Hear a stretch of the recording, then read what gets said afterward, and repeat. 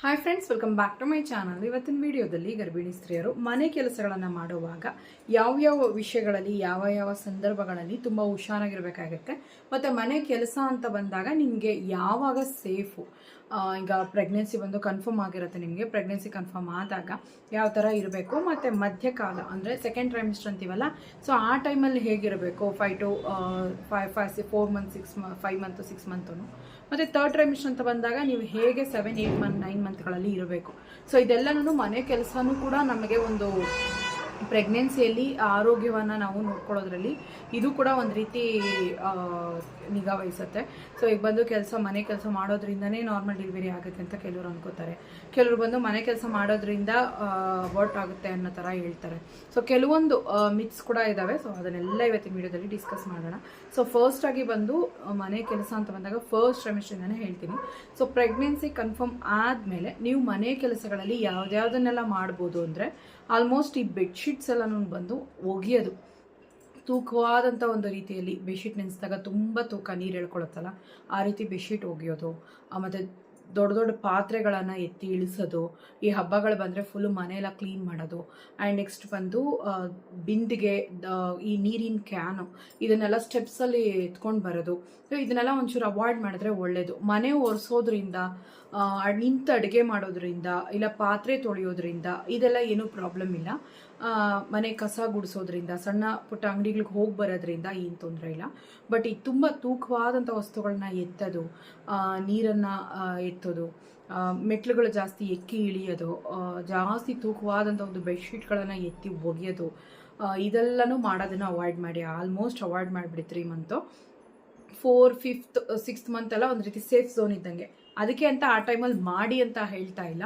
Almost ಜಾಸ್ತಿ ತೂಕ ಎತ್ತೋದು, ತುಂಬ ಮೆಟ್ಲುಗಳಲ್ಲಿ ತೂಕಗಳನ್ನ ಎತ್ಕೊಂಡು ಹೋಗೋದು, ಹೊಟ್ಟೆನ ಬಿಗ್ಗಿ ಹಿಡಿದು ಕೆಲಸ ಮಾಡುವಂಥ ವಿಷಯಗಳೇನಿರುತ್ತೆ, ಸೊ ಅದನ್ನೆಲ್ಲ ಆಲ್ಮೋಸ್ಟ್ ಬಂದು ಅವಾಯ್ಡ್ ಮಾಡೋದು ಒಳ್ಳೆಯದು. ಯಾಕಂದರೆ ಪ್ರೆಗ್ನೆನ್ಸಿಯಲ್ಲಿ ಯಾರ್ಯಾರಿಗೆ ಯಾವ ಟೈಮಲ್ಲಿ ಏನೇನು ತೊಂದರೆ ಬರುತ್ತೆ ಅಂತ ಹೇಳೋಕ್ಕೆ ಬರೋಲ್ಲ. ಈಗ ಬಂದು ಫಸ್ಟ್ ಟ್ರೈಮಿಸ್ಟ್ರಲ್ಲಿ ಕೆಲವ್ರಿಗೆ ಬಂದು ಮಿಸ್ಕ್ಯಾರೇಜಸ್ ಆಗುತ್ತೆ, ಕೆಲವ್ರಿಗೆ ಸೇಫ್ ಪ್ರೆಗ್ನೆನ್ಸಿ ಇರಲ್ಲ, ಕೆಲವ್ರಿಗೆ ಬ್ಲೀಡಿಂಗ್ ಡಿಸಾರ್ಡರ್ಸ್ ಇರುತ್ತೆ, ಕೆಲವ್ರಿಗೆ ಇನ್ಫೆಕ್ಷನ್ಸ್ ಇರುತ್ತೆ.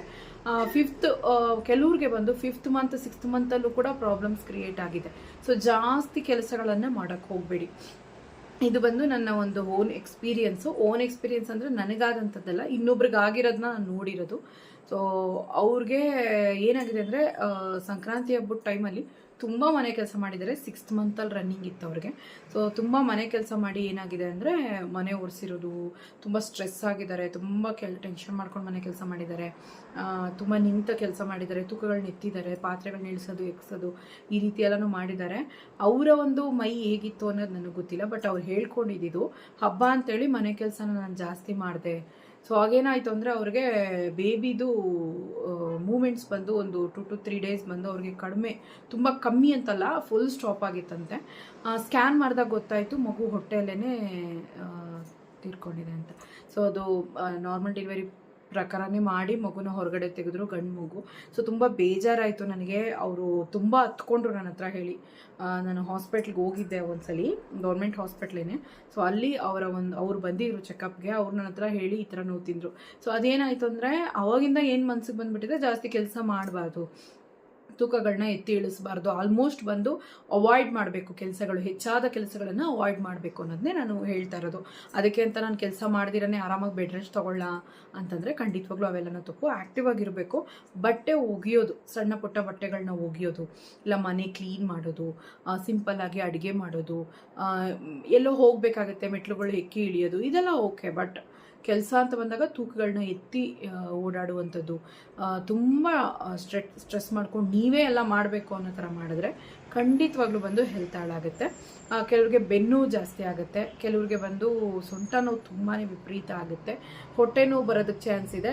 ಕೆಲವ್ರು ಬಂದು ಜಾಸ್ತಿ ತೂಕಗಳನ್ನ ಇಳಿಸೋದು, ಓಡಾಡುವಾಗ ಮನೇಲಿ ಏನಾದರೂ ಶಾರ್ಪ್ ಎಡ್ಜಸ್ ಇತ್ತು ಅಂದರೆ ಅದೆಲ್ಲ ತೆಗೆದುಕೊಂಡು ಕೆಲವ್ರಿಗೆ ನೋವಾಗುತ್ತೆ. ಕೆಲವ್ರು ಬಂದು ನನಗೆ ಪರ್ಸ್ನಲಾಗಿ ಕಮೆಂಟೇ ಮಾಡಿದ್ದೀರಾ, ನನಗೆ ಗೋಡೆ ಹೊಟ್ಟೆಗೆ ತಗಲ್ತು, ನನಗೆ ಶಾರ್ಪ್ ಎಡ್ಜಸ್ ಹೊಟ್ಟೆಗೆ ತಗಲ್ತು, ಫ್ರಿಡ್ಜ್ ಓಪನ್ ಮಾಡೋವಾಗ ಫ್ರಿಡ್ಜ್ ಡೋರ್ ಹೊಟ್ಟೆಗೆ ತಗಲ್ತು, ಈ ರೀತಿ.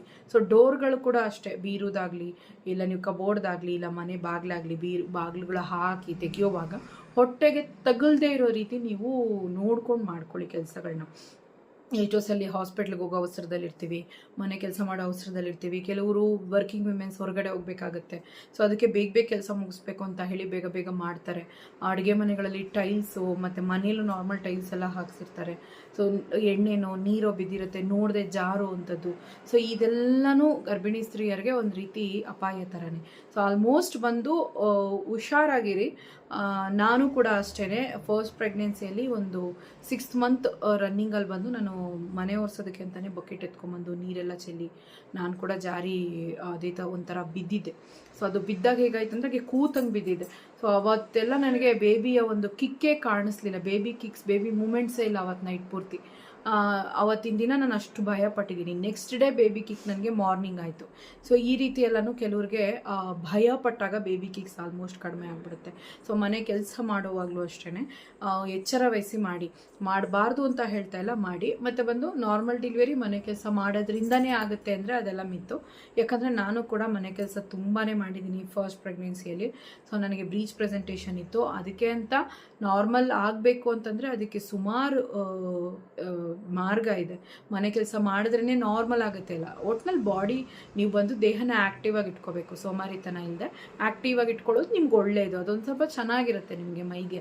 ಅದಕ್ಕೆ ಅಂತ ಬೆಡ್ ರೆಸ್ಟ್ ಮಾಡೋದು, ಒಂದೇ ಕಡೆ ಕೂತಿರೋದು, ಈ ರೀತಿ ಏನು ಮಾಡಿದೆ ಆರಾಮಾಗಿ ಓಡಾಡಿ ಮಾಡಿ ಸಿಂಪಲಾಗಿ ಮಾಡಿ. ಹೆವಿ ಕೆಲಸ ಬೇಡ ಅಂತೀನಷ್ಟೇ ನಾನು, ಇನ್ನೇನಿಲ್ಲ. ಸೊ ಅಡುಗೆ ಮಾಡ್ತೀರಾ, ಒಂದು ಸ್ವಲ್ಪ ಹೊತ್ತು ಅಡುಗೆ ಮಾಡಿ ಕೂತ್ಕೊಳ್ಳಿ, ಒಂದು ಸ್ವಲ್ಪ ಹೊತ್ತು ರೆಸ್ಟ್ ಮಾಡಿ, ಸ್ಟೂಲ್ಗಳನ್ನು ಯೂಸ್ ಮಾಡಿ ಅಡುಗೆ ಮನೇಲಿ. ಮತ್ತು ಮನೆ ಒರೆಸ್ತೀರ ಅಂದರೆ ನೋಡ್ಕೊಂಡು ನಿಧಾನಕ್ಕೆ ಒರೆಸಿ. ಫ್ಯಾನ್ಗಳನ್ನೆಲ್ಲ ಯೂಸ್ ಮಾಡಿ ಮನೆ ಒರೆಸುವಾಗ, ಬೇಗ ಬೇಗ ಆರ್ಕೊಂಬಿಡುತ್ತೆ. ನೀವು ಬಚ್ಚಲು ತೊಳಿತೀನಿ, ನಾನೀಗ ಅದನ್ನು ಸ್ನಾನ ಮಾಡೋಕ್ಕೆ ಹೋಗ್ತೀನಿ. ಪ್ರತಿಯೊಬ್ಬರು ಅಷ್ಟೇ ಸ್ನಾನ ಮಾಡುವಾಗ ಆಲ್ಮೋಸ್ಟ್ ಮನೇಲಿ ಯಾರಾದರೂ ಇರೋವಾಗಲೇ ಸ್ನಾನ ಮಾಡ್ಕೊಳ್ಳಿ. ಈಗ ಬಂದು ಹಸ್ಬೆಂಡ್ ಹೊರಗಡೆ ಹೋಗ್ತಾರೆ ಕೆಲಸಕ್ಕೆ ಅಂದರೆ ಬೇಗನೆ ಸ್ನಾನ ಮಾಡ್ಕೊಳ್ಳಿ. ಕೆಲವ್ರಿಗೆ ಏನಾಗುತ್ತೆ ಅಂದರೆ ಸ್ನಾನ ಮಾಡೋಕ್ಕೆ ಹೋಗ್ತಿರಲ್ಲ, ಕೆಲವ್ರು ಜಾರಿ ಬೀಳೋದಕ್ಕೆ ಚಾನ್ಸ್ ಇದೆ. ವಾಟರ್ ಹೀಟರ್ಸ್ನ ಬಂದು ಆನ್ ಮಾಡ್ಕೊಂಡು ಸ್ನಾನ ಮಾಡ್ತೀರಾ. ಸೊ ಆ ರೀತಿ ಮಾಡೋಕ್ಕೆ ಹೋಗಬೇಡಿ. ಏನಿದ್ರೂ ನೀರೆಲ್ಲ ಕಾದ್ಮೇಲೆ ಫುಲ್ ಸ್ವಿಚ್ ಆಫ್ ಮಾಡಿ ಆಮೇಲೆ ನೀರು ಬಿಟ್ಕೊಂಡು ಸ್ನಾನ ಮಾಡಿ. ಆಲ್ಮೋಸ್ಟ್ ಮನೇಲಿ ಯಾರಾದರೂ ಇರೋವಾಗಲೇ ಸ್ನಾನ ಮಾಡ್ಕೊಳ್ಳೋದು ಇದೆಲ್ಲನೂ ಒಳ್ಳೆಯದು. ಕೆಲವರು ಬಂದು ಜಾರಿ ಬಿದ್ದಾಗ ಎತ್ತಿ ನಿಲ್ಸೋಕ್ಕೆ ಕೂಡ ಯಾರೂ ಮನೇಲಿ ಇರೋದಿಲ್ಲ. ಸೊ ಇದೆಲ್ಲನೂ ಒಂಥರ ಒಂಟಿತನದಲ್ಲಿ ಒಂದು ತೊಂದರೆಯನ್ನು ಅನುಭವಿಸ್ದಂಗೆ ಆಗ್ಬಿಡುತ್ತೆ. ಸೊ ಹಾಗಾಗಿ ಆಲ್ಮೋಸ್ಟ್ ಬಂದು ಆ ರೀತಿ ಪ್ಲ್ಯಾನ್ ಮಾಡ್ಕೊಳ್ಳಿ. ಅಡುಗೆ ಮಾಡ್ತೀರಾ ಅಂದರೆ ನೀಟಾಗಿ ಕಿಚನ್ ಎಲ್ಲ ನೈಟಾಗಿ ಕ್ಲೀನ್ ಮಾಡ್ಕೊಳ್ಳಿ. ಬೆಳಗ್ಗೆ ಎದ್ದು ಬರಿಯಾಗಿ ಮಾಡೋಕ್ಕೆ ಹೋಗಬೇಡಿ. ಮತ್ತು ಮನೆ ಕ್ಲೀನಿಂಗು ಅಷ್ಟೇ ಶೆಡ್ಯೂಲ್ ಹಾಕ್ಕೊಳ್ಳಿ. ಬಟ್ಟೆ ಒಗೆಯೋವಾಗಲೂ ಅಷ್ಟೇ ವಾಷಿಂಗ್ ಮಿಷಿನ್ ಯೂಸ್ ಮಾಡ್ತೀರಂದರೆ ಓಕೆ ಇಲ್ಲ, ಕೈಯಲ್ಲಿ ಒಗಿತೀನಿ ಅಂದ್ರೂ ಕೂತು ಆರಾಮಾಗಿ ಕೈಯಲ್ಲಿ ಒಗಿಬೋದು. ಈ ಲೋ ಲೇಯಿಂಗ್ ಪ್ಲಾಸೆಂಟಾ ಪ್ರಿವಿಯಾ ಇರೋರಿಗೆ ಬೆಡ್ ರೆಸ್ಟ್ ಕಂಪ್ಲೀಟಾಗಿ ಹೇಳಿರ್ತಾರೆ. ಅಂಥವ್ರು ಏನಾದರೂ ಕೂತು ಬಟ್ಟೆ ಒಗೆಯೋದು, ನಿಂತು ಜಾಲಿಸೋದು, ತುಂಬ ತೂಕಗಳನ್ನ ಎತ್ತೋದು, ಮನೇಲಿ ತೂಕಗಳನ್ನ ಜಾಸ್ತಿ ಲಿಫ್ಟ್ ಮಾಡೋದು, ಚೇರ್ಗಳನ್ನು ಸೈಡ್ಗೆ ಹಾಕೋದು, ಸೋಫಾಗಳನ್ನ ಜರುಗಿಸೋದು, ಎತ್ತಿ ಇಡೋದು, ತೂಕಗಳನ್ನ ಎತ್ತೋದು, ಇಂಥವೆಲ್ಲ ಮಾಡಿದ್ರೆ ಖಂಡಿತವಾಗ್ಲೂ ಬ್ಲೀಡಿಂಗ್ ಆಗುತ್ತೆ. ಲೋ ಲೇಯಿಂಗ್ ಪ್ಲಾಸೆಂಟಾ ಪ್ರಿವಿಯಾ ಇರೋರು ಖಂಡಿತವಾಗ್ಲೂ ವೆಯ್ಟನ್ನು ಮಾತ್ರ ಎತ್ತಲೇಬಾರ್ದು. ಅದು ಪ್ಲಾಸೆಂಟಾ ಫುಲ್ಲು ಗರ್ಭಕೋಶದ ದ್ವಾರದ ಹತ್ರ ಇರುತ್ತೆ. ಸೊ ಹಂಗಾಗಿ ಪೆಟ್ಟಾದಾಗ, ಪ್ರೆಷರ್ ಆದಾಗ ಖಂಡಿತವಾಗ್ಲೂ ಬ್ಲಡ್ ಅನ್ನೋದು ಬ್ಲೀಡಿಂಗ್ ಆಗುತ್ತೆ. 7 ಮಂತಲ್ಲಿ ಯಾರಿಗೆ ಶಾರ್ಟ್ ಸರ್ವಿಕ್ಸ್ ಇದೆ, ಲೋ ಲೇಯಿಂಗ್ ಪ್ಲಾಸೆಂಟಾ ಇದೆ ಅಂತೇಳಿ, ಏನಾದರೂ ಶಾರ್ಟ್ ಸರ್ವಿಕ್ಸ್ಗೆ ಇದೆ ಅಂತೇಳಿ ಹೊಲಿಗೆಗಳು ಇಂಥವೆಲ್ಲ ಹಾಕಿದರೆ ಕಂಪ್ಲೀಟಾಗಿ ದಾಂಪತ್ಯನೂ ಸೇರಿ ಮನೆ ಕೆಲಸನೂ ಸೇರಿ ಅವಾಯ್ಡ್ ಮಾಡ್ಕೊಳ್ಳೋದು ತುಂಬಾ ಒಳ್ಳೆಯದು. ತುಂಬ ಜನರು ಬೆಡ್ ರೆಸ್ಟ್ ತಾನೇ ಪರವಾಗಿಲ್ಲ ಅಂತೇಳಿ ದಾಂಪತ್ಯ ಇರ್ತಾರೆ. ಸೊ ಅಂಥವ್ರಿಗೆ ಖಂಡಿತವಾಗ್ಲೂ ಪೇಯ್ನ್ ಜಾಸ್ತಿ ಆಗುತ್ತೆ, ಪ್ರೀಮೆಚೂರ್ ಬೇಬಿ ಆಗೋದಕ್ಕೆ ಚಾನ್ಸ್ ಇದೆ. ಮತ್ತು ಡಾಕ್ಟರ್ಸ್ ಹೇಳಿದ್ರೂ ಮನೆ ಕೆಲಸ ಎಲ್ಲ ಜಾಸ್ತಿ ಮಾಡಿದ್ರೆ ಯಾವಾಗ ಬೇಕಾದರೂ ನಿಮ್ಗೆ ಡೆಲಿವರಿ ಆಗ್ಬೋದು. ಸೊ ಈ ರೀತಿ ತೊಂದರೆಗಳನ್ನ ಅನುಭವಿಸೋ ಬದಲು ಆದಷ್ಟು ಮನೆ ಕೆಲಸಗಳನ್ನ ಶೆಡ್ಯೂಲ್ ಹಾಕ್ಕೊಳ್ಳಿ. ಇವತ್ತೇ ಎಲ್ಲ ಮಾಡಿ ಮುಗಿಸ್ಬೇಕು ಅಂತೇನಿಲ್ಲ, ನಾಳೆನೂ ಮತ್ತೆ ಅದೇ ಕೆಲಸ ರಿಪೀಟ್ ಆಗುತ್ತೆ. ಕರೆಕ್ಟಾ? ಇವತ್ತು ಪಾತ್ರೆ ತೊಳಿತೀರಾ, ನಾಳೆ ಮತ್ತೆ ಪಾತ್ರೆ ಬೀಳುತ್ತೆ. ಇವತ್ತು ಬಟ್ಟೆ ಹೋಗಿದ್ದೀರಾ, ನಾಳೆ ಮತ್ತೆ ಬಟ್ಟೆ ಬಿದ್ದೇ ಬೀಳುತ್ತೆ. ಎಷ್ಟೇ ಧೂಳು ಕ್ಲೀನ್ ಮಾಡಿದ್ರೂ ಮತ್ತೆ ಡಸ್ಟ್ ಆಗೇ ಆಗುತ್ತೆ. ಸೊ ಹಾಗಾಗಿ ಆದಷ್ಟು ಒಂದು ಸ್ವಲ್ಪ ಶೆಡ್ಯೂಲ್ ಹಾಕ್ಕೊಂಡು ಮನೆ ಕೆಲಸಗಳನ್ನ ಮಾಡ್ಕೊಳ್ಳೋದು ಒಳ್ಳೆಯದು. ತುಂಬ ಜನ ಅದೇ ಥರ ಮಾಡ್ತಾರೆ. ಏನಂದರೆ ಬೇಗ ಆಗಬೇಕು, ಈ OCD ಪ್ರಾಬ್ಲಮ್ಸ್ ಇರುತ್ತೆ ಕೆಲವ್ರಿಗೆ. ಮನೆ ಕೆಲಸ ಮಾಡೋದ್ರಲ್ಲಿ ಅಬ್ಸೆಷನ್ ಆಗಿರ್ತಾರೆ, ಎಲ್ಲ ನೀಟಾಗಿರಬೇಕು, ಇಟ್ಟಿರೋ ಜಾಗದಲ್ಲಿ ಹಾಗೆ ಆರ್ಗನೈಸ್ಡ್ ಆಗಿರಬೇಕು ಅಂತ. ಸೊ ಅದನ್ನೆಲ್ಲ ಸ್ವಲ್ಪ ಆದಷ್ಟು ನಾರ್ಮಲಾಗಿ ತೊಗೊಳ್ಳೋದು ಒಳ್ಳೆಯದು. ಇರೋ ಜಾಗದಲ್ಲಿ ಎಲ್ಲ ಹೀಗೆ ಇರಬೇಕು ಅಂದರೆ ಮ್ಯೂಸಿಯಮ್ ಆಗುತ್ತೆ ಮನೆ. ಸೊ ಹಾಗಾಗಿ ಆಲ್ಮೋಸ್ಟ್ ಒಂದು ಸ್ವಲ್ಪ ಹಾಗೆ ಅನ್ಆರ್ಗನೈಸ್ಡ್ ಆಗಿರೋದಕ್ಕೆ ಬಿಡಿ, ಪರವಾಗಿಲ್ಲ, ಏನು ತೊಂದರೆ ಆಗಲ್ಲ. ನಿಮಗೂ ಮೈಂಡ್ ರಿಲ್ಯಾಕ್ಸ್ ಆಗಿರುತ್ತೆ. ತುಂಬಾ ಆರ್ಗನೈಸ್ಡ್ ಆಗಿರಬೇಕು ಅಂತ ಎಲ್ಲ ಯೋಚನೆ ಮಾಡೋಕ್ಕೆ ಹೋಗಬೇಡಿ. ಕ್ಲೀನ್ ಮಾಡೋ ಟೈಮಲ್ಲಿ ಕ್ಲೀನ್ ಮಾಡ್ಕೊಳ್ಳಿ, ಆರಾಮ್ ತೊಗೊಳ್ಬೇಕಾಗಿರೋ ಟೈಮಲ್ಲಿ ಆರಾಮ್ ತೊಗೊಳ್ಳಿ. ಸೊ ಪ್ರೆಗ್ನೆನ್ಸಿಯಲ್ಲಿ ಆಲ್ಮೋಸ್ಟ್ ಮನೆ ಕೆಲಸಗಳನ್ನ ಮಾಡೋರು ಹುಷಾರಾಗಿ ಮಾಡಿ, ನೀರುಗಳನ್ನ ಎತ್ತೋದೇ ಆಗ್ಬೋದು, ನೀರು ಹಿಡಿಯೋದೇ ಆಗ್ಬೋದು, ಇಲ್ಲ ಮನೆ ಕ್ಲೀನ್ ಮಾಡೋದೇ ಆಗ್ಬೋದು. ಸೊ ಏನೇ ಆಗಿರಲಿ ಆದಷ್ಟು ಸಪೋರ್ಟ್ ತಗೊಳ್ಳಿ. ಇಲ್ಲ ನಾನೇ ಮಾಡಬೇಕು ಮನೇಲಿ ಅಂದರೆ ಶೆಡ್ಯೂಲ್ ಹಾಕ್ಕೊಳ್ಳಿ. 1-2 ದಿವಸಕ್ಕೆ ಒಂದು ಸತಿ ಬಟ್ಟೆ ಒಗೆಯೋದು, ದಿನ ಪಾತ್ರೆಗಳನ್ನ ನೋಡಿ ಯೂಸ್ ಮಾಡೋದು, ಅಡುಗೆ ಬಂದು ಬೆಳಗ್ಗೆನೇ ಮಾಡ್ಕೊಂಡು ಮಧ್ಯಾಹ್ನಕ್ಕೂ ಅದನ್ನೇ ತೊಗೊಳ್ಳೋದು, ಇಲ್ಲ ಮಧ್ಯಾಹ್ನ ಮಾಡಿ ರಾತ್ರಿಗೂ ಅದನ್ನೇ ತಿನ್ಕೊಳ್ಳೋದು, ಈ ರೀತಿ ಮಾಡ್ಕೊಳ್ಳಿ. ಬಟ್ಟೆ ಮಡ್ಚೋದು ಅಷ್ಟೇ, ಅವತ್ತಿನ ಬಟ್ಟೆ ಅವತ್ತು ಮಡ್ಚ್ಕೊಳ್ಳಿ, ಮನೇನೂ ಅಷ್ಟೇ ನೀಟಾಗಿ ಇಟ್ಕೊಳ್ಳಿ. ಅದಕ್ಕೆ ಅಂತ ಹೇಳಿ ಎಲ್ಲ ಕೆಲಸ ಹಾಗೆ ಬಿಡಬೇಕು ಅಂತಲೂ ಹೇಳ್ತಿಲ್ಲ, ಹೆಚ್ಚಿಗೆ ಬಾಚಾಕೊಂಡು ಮಾಡಬೇಕು ಅಂತಲೂ ಹೇಳ್ತಿಲ್ಲ. ನೀಟಾಗಿ ನಿಮಗೆ ಆರೋಗ್ಯವಾಗಿ ನಿಮ್ಮ ಮಗುಗೂ ನಿಮಗೂ ತೊಂದರೆ ಇಲ್ಲದೆ ಇರೋ ರೀತಿ ನೀವು ಮನೆ ಕೆಲಸ ಮಾಡಿಕೊಂಡ್ರೆ ಅಷ್ಟೇ ನೆಮ್ಮದಿಯಾಗಿರುತ್ತೆ.